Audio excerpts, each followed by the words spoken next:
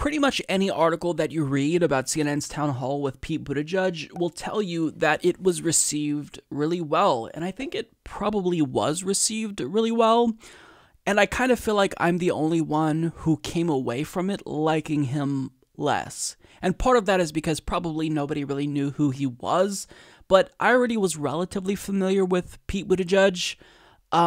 And, you know, it's very clear that when you listen to him, he's someone who comes across as an individual that knows what they're talking about. He's very descriptive and articulate in talking about specific policies that are relatively bold. But at this town hall, I'm basically writing him off. One strike, you're out. Because a couple of weeks ago, I actually gave him credit because he was talking about Medicare for All in a really bold way, saying that, no, this is not a radical idea. The people who are against it are actually radical. And it's because the Overton window has shifted so far to the right that a policy like Medicare for All, it just seems like it's radical. But in actuality, it's not. It's more of a compromise between a private system and a completely socialized system like the UK has. So what he said impressed me, and he kind of went on my radar at that point. It seemed like he was going to be someone who was going to try to be progressive. But with that being said, I felt something that I couldn't quantify. I was getting bullshitter vibes from him.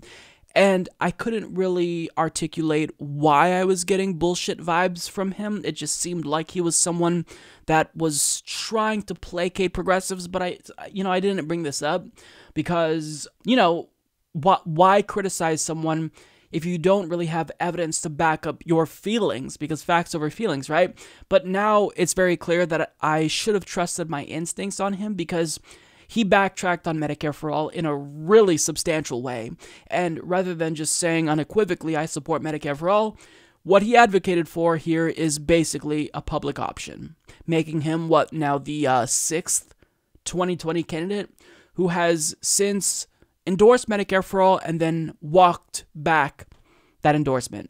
This is what he had to say. First of all, we still have uninsured and underinsured people, millions. And it's one of the reasons why we can't be satisfied with where we are. The ACA made a great difference. It made a big difference for members of my own family. But it hasn't gotten us all the way there, and it's vulnerable to being undermined. As a matter of fact, right now, it's under attack by the current administration. That's why I believe we do need to move in the direction of a Medicare for All system. Now, I think anyone in politics who lets the words Medicare for All escape their lips also has a responsibility to explain how we could actually get there. Because as you know, from working on this day in and day out, it's not something you can just flip a switch and do. In my view, the best way to do that is through what you might call a Medicare for All who want it setup. In other words, you take some flavor of Medicare, you make it available on the exchange as a kind of public option, and you invite people to buy into it. So I absolutely hated that answer. Because what he's doing is especially disingenuous and nefarious. Because he answers that question starting out saying, quote, "We do need to move in the direction of a Medicare for All system." But then what he proceeds to do is advocate for a public option. But what makes it really disgusting is that he's stealing the label Medicare for All in order to get you to think he supports Medicare for All, while he tells you about a public option in actuality. Do you see what's happening? So he's trying to gaslight you. He's trying to use the words Medicare for All with the intention of priming you to think that he's in favor of it, when in actuality, he's not going to do Medicare for All. He's going to do, in his words, Medicare for All who want it. Which, let me be clear, is not Medicare for All. It's kind of the same thing we're seeing with regard to reparations and how Elizabeth Warren, Kamala Harris, and Julian Castro are trying to pretend as if they're in favor of reparations by calling what they support reparations, but if you look at the policy, it's not reparations. Same thing's happening here. He's saying he supports Medicare for All, and he's using the words Medicare for All, but it's not Medicare for All. You're gaslighting us, and that is a special level of disgusting because you're essentially trying to dupe us. That's what is happening here. And he also says, when it comes to Medicare for All, quote, "It's not something you could just flip a switch and do." In other words, he thinks that you have to have some type of half measure before we get to Medicare for all. But it kind of is something that you can just flip a switch and do. That's what other countries did. There's not a rule codified into law or in the Constitution that says, well, before you get to point C, Medicare for all, you have to do point B. You have to do a public option and then graduate. There's no rule against that. You can flip a switch. You can pass Medicare for all and then have Medicare for all. You don't have to go towards a public option first. Do you understand? But that's what he wants you to think because he doesn't support Medicare for all. And the reason why he's being very clear in advocating for a public option and not Medicare for all is because he doesn't want to piss off private insurers who might be inclined to donate to him. And I'm saying this because he kind of said the same thing about Wall Street money. He said, I'm not going to not take Wall Street money, but I don't think that they're going to want to give me money. So he's not going to close off the possibility of taking Wall Street money. It's just that he is, he's not going to ask for it. But if it comes, okay, cool. That's a win-win. And the same is probably true about Medicare for all. So not a good answer. And strike one, you're out, buddy. Sorry, you are now officially off my radar because the way that I viewed him was kind of as an establishment individual, but out of all the establishment figures, the Kamala Harrises, the Kirsten Gillibrands, the Cory Bookers, he was probably the best out of the establishment candidates with one foot in the progressive field and another foot in the establishment field.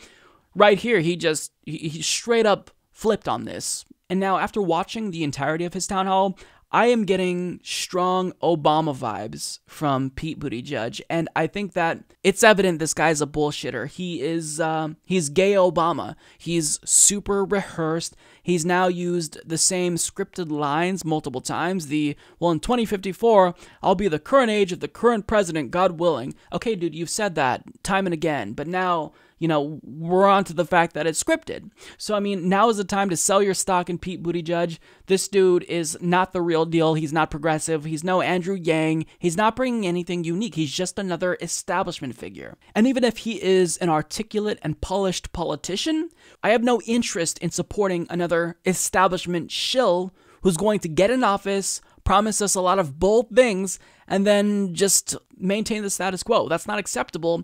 I'll pass on that.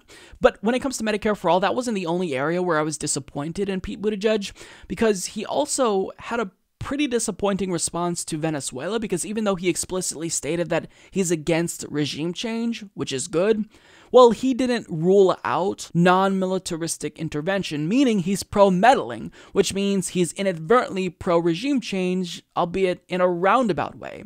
So he's not going to support a coup of Venezuela militarily, but if he can do sanctions or something like that to overthrow Maduro, he's in favor of it. Well, you're still meddling. And that's not acceptable. So I didn't like that answer. And he cited universal basic income when talking about automation, but wouldn't commit to supporting it. Well, there's already a lane in this race for Andrew Yang, who's supporting unequivocally and proudly and boldly universal basic income. So I don't understand what place Pete Buttigieg has in this field. I don't get it, because he's not offering anything different or unique. And it's not just that I was unimpressed with his performance. I was also unimpressed with the questions that were asked, because, it's clear that unlike the Tulsi town hall, CNN wasn't out to get him, and as a result, you had fluff questions like this. What advantages does your age grant you to being the next president, and what limitations does it offer, and how will you overcome those? Who gives a shit? Jesus, you have the chance to ask a presidential candidate a question about any policy, and you ask him about age. Jesus Christ. This is why nobody takes the mainstream media seriously, because CNN curates these questions, but they let this one through. Let's throw him a softball. Jesus, who cares about that? Who listened to that guy ask a question and thought, that's exactly what I wanted to know? I don't give a shit about that. Ask him about the fucking policies. He's going to be president, or he's running to be president. So ask him about the policies. Jesus Christ, people, what is wrong with you? But to be fair, to kind of take a moment to stop and try to be fair, The entirety of this town hall was not a disappointment. This was my favorite moment, where he talked about the Supreme Court and a potential court packing plan. Here's what he had to say. Eliminating, or whatever you want to do with the Electoral College, it's not the only radical change you're proposing, because you've also suggested that the U.S. Supreme Court go from 9 justices to 15 to, quote, take the politics out of it a little. Yeah. But how would a liberal president adding 6 justices to a conservative court take the politics out of it a little? Sure. So what we need to do is stop the Supreme Court from sliding toward being viewed as a nakedly political institution. And I'm for us contemplating whatever policy options will allow that to be possible. One of them involves having 15 instead of 9 justices, but I'm not just talking about, suppose I get elected as president, putting on 6 justices I think agree with me, and then daring the next president, who might be conservative, to throw on a couple more. I mean, that's the last thing we want to do. What we need to do is stop every vacancy from becoming this apocalyptic ideological battle that harms the court and the country. The proposal that I've mentioned, that I think is one of many we should probably consider, it does expand the court to 15, but it changes the structure a little bit. Only 10 of them are politically appointed by Democratic or Republican presidents. The other 5 can only be seated by a unanimous consent of the remaining 10. So the idea is that those 5, by necessity, will be those who command the respect of the other 10 across the ideological spectrum and can be counted on to think for themselves. Again, I don't know that that's necessarily the right option. There are others that have been floated that would involve, for example, a rotation of people up from the appellate bench. And by the way, I know you used the word radical in the question, but there are some legal scholars who think this could be done just by statute, not with a change to the U.S. Constitution. So I think that whichever particular mechanism is best, the point is we need to begin the debate on what it will take to make sure our Supreme Court is less political. And I don't think there's anything about this approach that's any more radical than the shattering of norms that Senate Republicans have gone through in order to get the court to where it is today. That, in my view, was actually a good answer. I liked what he said about the Electoral College, and I like that he has a court-packing plan that would essentially depoliticize the Supreme Court. I like that. So if he's going to stand out and set, kind of stand out of a field that has like 1,000 candidates running for president, that's kind of his lane, and that's the only lane I can see, because everyone else kind of already carved out a lane. You have Kamala Harris, who's the establishment favorite. You have Bernie Sanders, who's the progressive favorite. You have Joe Biden,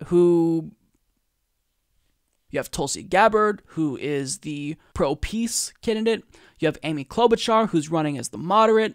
You have Andrew Yang, who's running on universal basic income. So if Pete Buttigieg is going to differentiate himself from the other candidates, I think this could be the field that he should take. But with that being said, overall, he backtracked on Medicare for all, and he's been in the race now for like a month or so. So, yeah, not impressed at all. I think that he's someone who's a good speaker, and he is articulate in describing policies, but he's just not bold enough. He really is doing nothing unique to set himself apart from everyone else. And I'm sure he's a lovely person. It's nice to see a gay candidate run for president. I think that as a member of the LGBTQ community myself, it's refreshing to see that. It's nice to have that representation. But with that being said, if you're not going to be bold and progressive, then you're out. If you don't support Medicare for all, then you can't just claim you support Medicare for all by labeling your non-Medicare for all policy Medicare for all in order for you to pass that litmus test and then go on and not give us what you essentially promised. That's gaslighting. That's disingenuous. So if you don't support Medicare for all, then say you support a public option. You don't get to say, I support Medicare for all for anyone who wants it. No, that's bullshit. That is gaslighting. So that's what makes me especially mad. And even if you watch the John Delaney town hall, even he, who does not support Medicare for all, claimed that healthcare is a right. So what we're seeing is establishment politicians basically steal and plagiarize the rhetoric that progressives use in order to placate the left. Not going to work. We see what you're doing, and you're going to have to do better, because if you don't support Medicare for all, you're not going to get the support from the base. Sorry, it's as simple as that. Mike is a total loser, so don't hit the subscribe button, okay? And whatever you do, folks, do not hit the notification bell either. Mike treats me so unfairly.